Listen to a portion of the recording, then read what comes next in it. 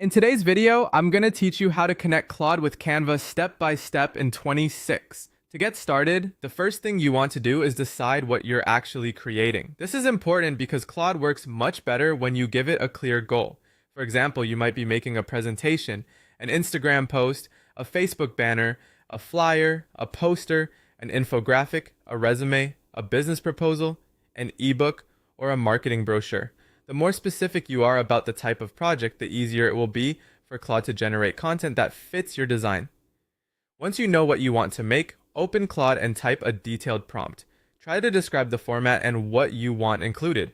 For example, you could ask Claude to create content for a 5-slide presentation introducing a new fitness app, including a title, key features, benefits, pricing, and a call to action, while keeping each slide concise.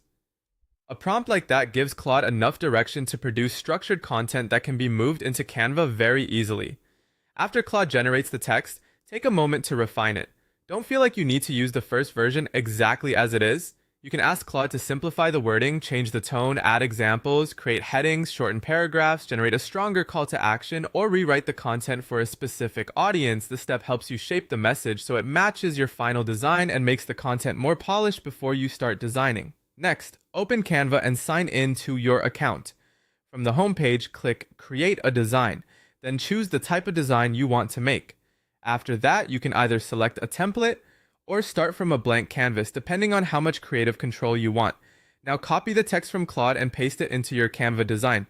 Replace any placeholder text in the template with your own content, and try to keep everything clean and organized. Good spacing and clear structure will make the design easier to read. From there, customize the design by changing colors, choosing fonts, adding icons, inserting photos, including charts or graphics, and uploading your own images or logo if needed. The goal is to create a consistent visual style that fits your topic or brand. Before you export anything, review the entire design carefully.